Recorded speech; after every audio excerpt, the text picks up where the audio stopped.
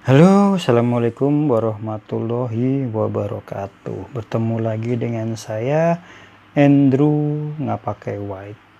Kali ini saya akan membawakan satu buah cerita, yaitu true story pengalaman saya sendiri waktu saya masih kecil. Cerita ini terjadi sekitar era tahun 80-an di suatu desa di daerah Jawa Timur, dekat dengan gunung. Memang kita berada di kaki gunung, dan kebetulan rumah ini masih masuk di kawasan hutan lindung. Jadi jauh dari rumah penduduk, kita memang masuk ke dalam rumahnya itu. Untuk penerangan saat itu hanya menggunakan lampu uplik. Lampu uplik itu tahu ya, lampu semprong atau lampu yang dalamnya itu bahan bakarnya adalah minyak tanah. Untuk menyalakannya kita harus pompa dahulu, baru nyala. Oke, langsung saja ceritanya untuk mempersingkat waktu. Pada suatu hari,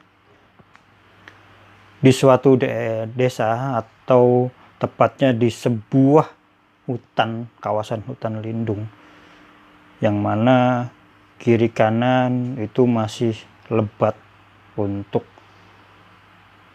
pohon-pohonnya dan masih rimbun. Matahari pun juga sedikit untuk bisa masuk ke dalam rumah. Hanya tinggal dua orang manusia, yaitu Ibu Darmi dan anaknya.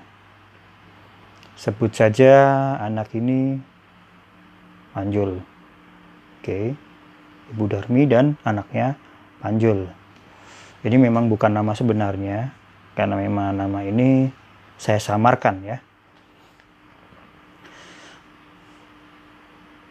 Sebetulnya mereka ini adalah masih keturunan keraton atau kerajaan, yang mana waktu itu mereka mengungsi karena ada perebutan tahta. Demi menyelamatkan anaknya, maka si ibu ini lari ke hutan untuk menyelamatkan diri. Sebetulnya mereka saat itu hidupnya makmur ya, karena berkecukupan. Mereka membawa perhiasan emas, berlian, intan, karena memang keturunan kerajaan ya, keraton. Jadi untuk keuangan mereka tidak ada masalah. Mereka tidak bekerja karena sehari-hari mereka hanya ke desa terdekat atau bahkan ke kota itu untuk menjual perhiasan, lalu ditukar dengan bahan makanan, bahan pokok. Sebetulnya waktu sama ibunya hidupnya cukup mewah ya. Untuk hitungan tahun 80 itu udah lumayan lah. Saat itu rupiah masih sekitar rupiah ke dolar kurang lebih sekitar 2000-an lah. 2000-an. Itu kendaraan ada, motor waktu itu dan mobil mereka punya, biarpun hidupnya di tengah hutan lindung. Mereka hanya berdua saja. Oke. Hidupnya berkecukupan, mereka tidak bekerja, mengandalkan untuk kehidupan sehari-hari yaitu cuman menjual perhiasan yang dari kerajaan waktu itu. Jadi makanya cukup luar biasa. Kejadian ini berubah di saat ibunya, Bu Darmi ini, jatuh sakit. Nah, pada saat jatuh sakit itu, si anaknya habis-habisan menjual perhiasan untuk mengobatin ibunya. Sampai habis. Dan hanya tertinggal satu cincin berlian. Saya nggak ada contohnya. Satu cincin berlian yang berwarna ungu. Begitu ibunya meninggal, si anak bingung karena dia selama ini menggantungkan hidupnya hanya menjual perhiasan ibunya. Dia benar-benar kalut, benar-benar sedih. Karena dia tidak bisa bekerja. Sehari-hari dia memang makannya hanya perhiasan tersebut. Oh ya, untuk ibunya tadi itu dimakamkan di depan, di samping rumah dia. Jadi ini rumah, terus di samping itu pemakamannya ibunya. Karena dia jauh dari pedesaan, jadi dimakamkan di situ saja, di samping itu. Nah, pada saat ibunya meninggal, dia jatuh miskin, dia bingung, nggak bisa makan, nggak bisa bekerja, karena memang dia tidak pernah bekerja waktu ibunya masih ada. Maklum lah, keturunan keraton ya. Jadi cuman ongkang-ongkang kaki, makanan udah disediain semuanya. Pada suatu hari, dia teringat kalau si ibu waktu meninggal itu, dia masih punya cincin berlian tadi ya. Cincin berlian tadi. Dia inget-inget. Cincin itu ditaruh di mana gitu. Dibongkarlah semua rumah. Bongkar semua rumah, diacak-acak semua, dia tidak menemukan. Tidak menemukan sama sekali cincin berlian itu. Lalu dia tersadar, bukankah cincin yang terakhir kali dipakai itu masih dipakai? Sampai di makam pun itu masih dipakai sama ibunya. Lalu cepat-cepat dia mengambil peralatan untuk membongkar makam ibunya. Digalilah dia. Akhirnya benar, ketemu. Saat melihat ibunya sudah menjadi tulang belulang, dilihat cincinnya ini itu masih melekat. Akhirnya dia lega ya, karena masih ada cincin itu. Akhirnya dia masih bisa hidup mewah. Dengan ada cincin itu, dia bisa untuk menyambung hidup lagi gitu. Nah, akhirnya dia mencoba untuk mengambil cincin yang ada di jari ibunya. Tapi ternyata cincin itu gak semudah yang dibayangkan untuk bisa copot. Susah sekali. Dicoba, ditarik, gak bisa. Diambil sabun, ditarik, gak bisa juga.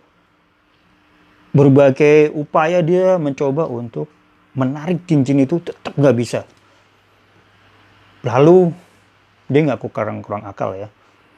Dia mengambil parang untuk memotong jari ibunya.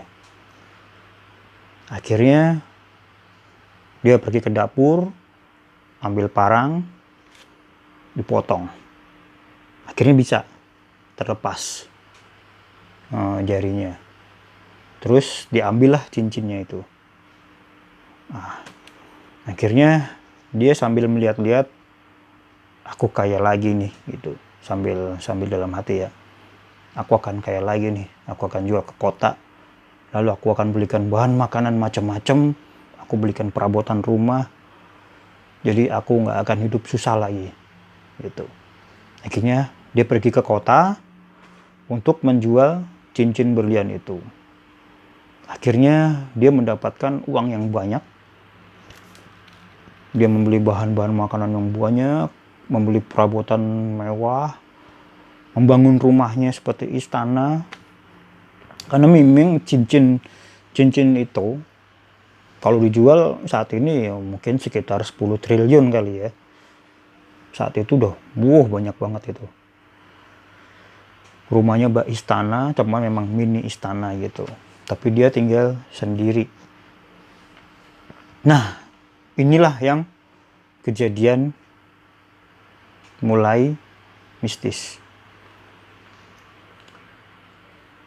Setelah dia mengambil cincin itu dan rumahnya kembali mewah, tiba-tiba di suatu rumahnya itu sering banget terdengar orang merintih. Terus tiba-tiba di belakang kayak ada yang lewat, shoot gitu. Terus tiba-tiba dia dipanggil-panggil. Kejadian-kejadian itu dialami tiap hari, tiap malam di atas maghrib. Itu pasti terjadi. Suara rintihan, tangisan, orang lewat, kelebat-selekebat gitu ya. Nah, pada suatu hari, tepatnya waktu itu kalau nggak salah malam Jumat Kliwon, pas banget itu, jam 11 malam, itu pas banget saat itu hujan lebat, deras banget sambil petir menyambar-nyambar. Itu. Si anak duduk di ruang tengah, waktu itu dia nonton TV. TV saat itu ada cuman satu ya, TVRI tahun 80-an itu. Tapi dia TV-nya udah berwarna karena tahun 80 itu udah ada TV berwarna. Waktu itu ganti channelnya masih yang cetek begini. Gitu. Belum yang pakai remote. Yang masih kayak radio gitu ya. Tenang begini. Dia lagi asik-asik nonton TV. Dan saat itu memang hujan lebat sekali. Deras banget, seperti menyambar-nyambar gitu. Tiba-tiba pintu rumahnya diketuk. Dia bingung. Siapa? Ada orang malam-malam begini, jam 11 malam ya. Malam-malam begini, hujan lebat, mengetuk pintu. Dia mikir, bukan paling. Ini mungkin suara-suara yang biasa saya dengar gitu kan. Mikir dia begitu karena kan tiap hari dia selalu diteror suara-suara yang aneh gitu kan. Kembali lagi dia nonton TV melanjutkan. Tiba-tiba diketuk lagi pintunya. Dia mikir lagi, terdiam dan mikir lagi. Siapa ya kira-kira ya? Ini kan kita di tengah hutan. Masa ada orang kesasar sampai sini? Gitu. Akhirnya, udahlah, paling halusinasi. Kalau yang ketiga dia ketuk-ketuk lagi, baru saya akan bukakan pintu. Kembali dia nonton TV lagi nih. Nonton TV lagi. Gak lama, diketuk lagi pintunya. Beneran orang kali ya? Oke lah, saya bukakan gitu kan. Dia pergi menuju pintu utama. Begitu dia buka, dia kaget. Saat itu ada ibu-ibu tua yang lagi kehujanan dan kedinginan gitu. Dan saat dibuka pintunya itu suara petir menyambar. Dan kilatan wajahnya. Tampak si nenek tua itu letih banget. Lalu ditanya, "Nenek mau cari siapa?" Gitu. Lalu si nenek menjawab, "Saya mau numpang berteduh. Saya kemalaman dan saya tersesat." "Oh, ya. Silakan masuk, Nek." Gitu kan. Mari ke dalam. Tuh. Akhirnya disuruhlah si nenek masuk. Dia menutup pintu, lalu disuruh duduk di ruang tengah. "Nenek, saya ambilkan baju dulu ya," gitu kan. Mungkin baju ibu pas buat nenek gitu. "Baik, Cuk." Terus begitu dia ke kamar ibunya dulu, dicari baju-bajunya, cuman bingung, bajunya cocok nggak gitu kan, pas nggak gitu sama si nenek. Akhirnya dipanggilnya si nenek. "Nenek, kesini deh, ke kamar ibu saya," gitu. "Iya, Cuk." Nah, begitu diajak ke kamar ibunya, tiba-tiba petir menyambar lagi. Jeder. Dia kaget setengah mati ya, tapi ya itu karena memang hujan ya, dia positive thinking aja. Dan dia memberi baju-baju bekas ibunya dulu, dikasihkan ke nenek untuk memilih sendiri gitu. Oke Nek, ini baju ibu-ibu saya mungkin muat sama nenek, dicoba saja satu-satu gitu. Nenek sukanya yang mana gitu. Terus nenek suka baju ini gitu. Si anak bingung. Baju ini Nek? Iya. Ini kan jelek Nek gitu kan. Tapi saya suka gitu. Ini kan banyak yang baju bagus-bagus. Saya nggak pernah pakai dan nggak bisa dipakai karena ini baju ibu saya gitu. Nggak apa-apa nak gitu kan. Dia bingung. Kenapa baju yang jelek yang disukain? Dan ternyata baju yang jelek ini adalah baju kesukaan ibunya. Gitu. Sampai robek loh, bayangin. Baju yang dipakai ibunya sampai bajunya robek. Betul itu masih banyak baju-baju bekas kerajaan yang dulu masih bagus-bagus gitu kan, masih enak lah. Istilahnya masih nyaman. Tapi yang dipakai itu baju kesukaan ibunya. Baju warna ungu, karena ibunya dulu suka warna ungu ya. Dan sudah robek sebetulnya. Jadi aneh gitu loh. Kenapa Nek suka warna ini? Ini kesukaan ibu saya kebetulan gitu. Dan warna ungu ini memang ibu saya sering pakai gitu. Sampai beliau mau wafat pun ibu masih pakai ini gitu loh. Ya nggak apa-apa, Cuk, saya suka kok gitu. Sudahlah, oke. Akhirnya dibiarkanlah si nenek memakai baju dari ibunya itu. Terus anaknya ke dapur untuk memberikan minuman teh hangat ke neneknya.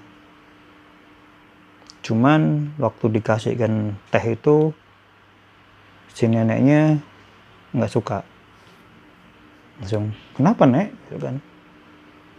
Kan biar nenek hangat aja gitu loh. Saya nggak suka teh ini gitu kan. Teh ini terlalu manis. Dan juga teh ini bukan teh kesukaan saya. Oh ya? Emang nenek suka teh yang gimana gitu? Saya gulanya 2 sendok saja, terus dikasih jeruk nipis gitu.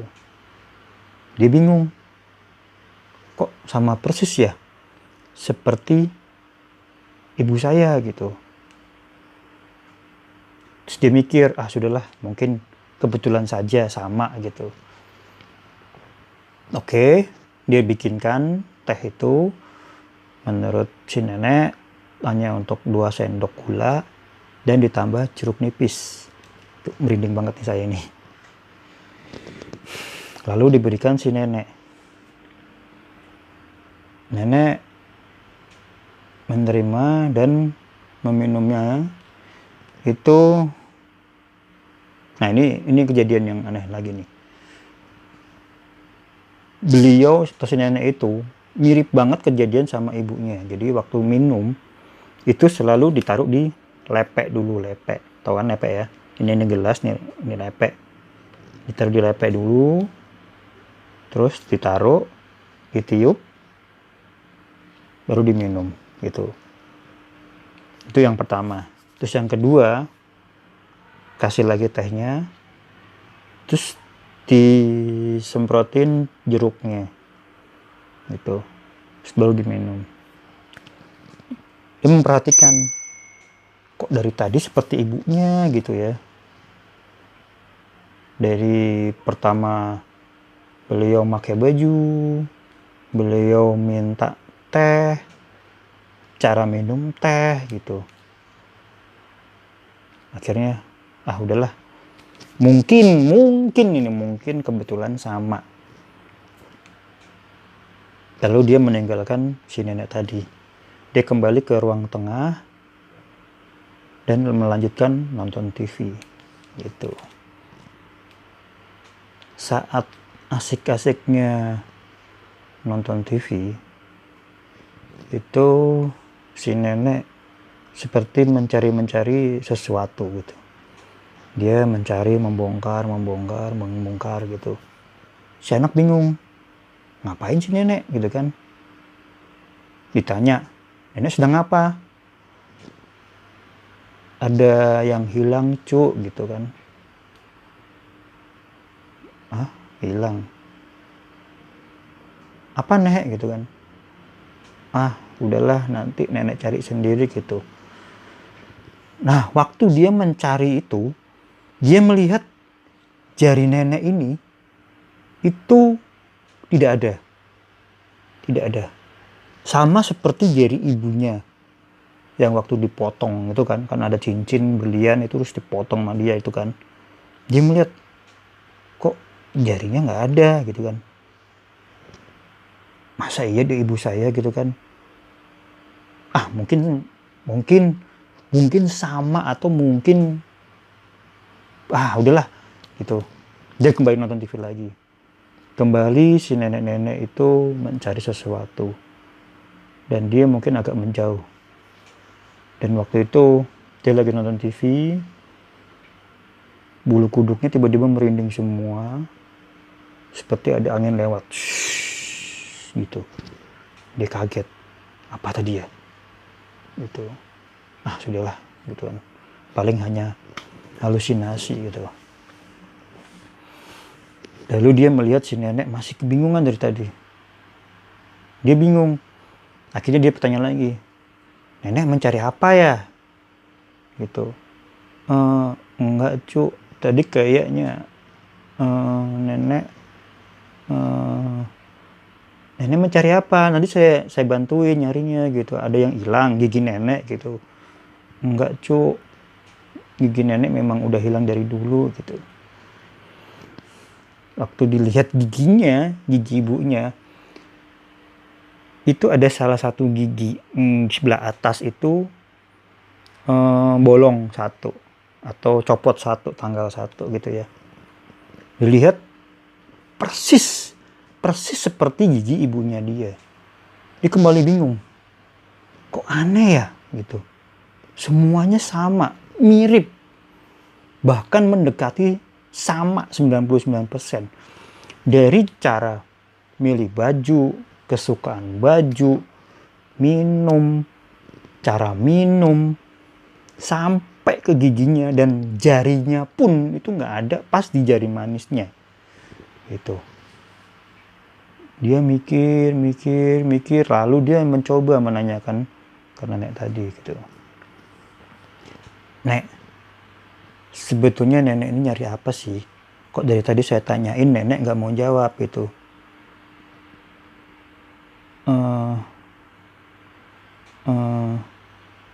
Nenek cari cincin, cuk gitu. Cincin? Dia bingung. Cincin apa nek? Perasaan nenek nggak bawa cincin gitu kan? Nenek nyari cincin pemberian suami saya. Emang cincinnya bentuknya gimana nek? Cincinnya berlian. Dia bingung. Hah? Dia melihat nenek ini. Nenek setua renta ini punya cincin berlian. Ah, nggak mungkin gitu kan. Tampangnya aja nggak meyakinkan seperti itu. Bajunya aja compang-camping. Masa iya dia punya cincin berlian? Gitu kan. Terus dia bertanya lagi. Emang cincin berliannya seperti apa nek? Atau warnanya mungkin gitu kan. Cincin berlian nenek berwarna ungu. Seketika itu juga mendengar kata-kata itu, dia langsung kaget. Hah? Kok warnanya ungu? Seperti mirip banget seperti punya ibunya gitu kan. Nek, emang cincinnya jatuh di mana gitu. Lalu si nenek secara lirih dia berkata dan tampak mukanya raut sedih. Sebetulnya cincin itu nggak jatuh nak. Hah? nggak jatuh. Lalu cincin itu diambil, nak. Hah? Diambil? Siapa yang ngambil gitu kan? Dia bertanya-tanya kan. Cincin itu diambil oleh kamu. Lumayan kaget. Oke, itu video prank saya tentang horor. Semoga bisa menghibur kamu semua. Sekian dulu cerita saya. Assalamualaikum warahmatullahi wabarakatuh.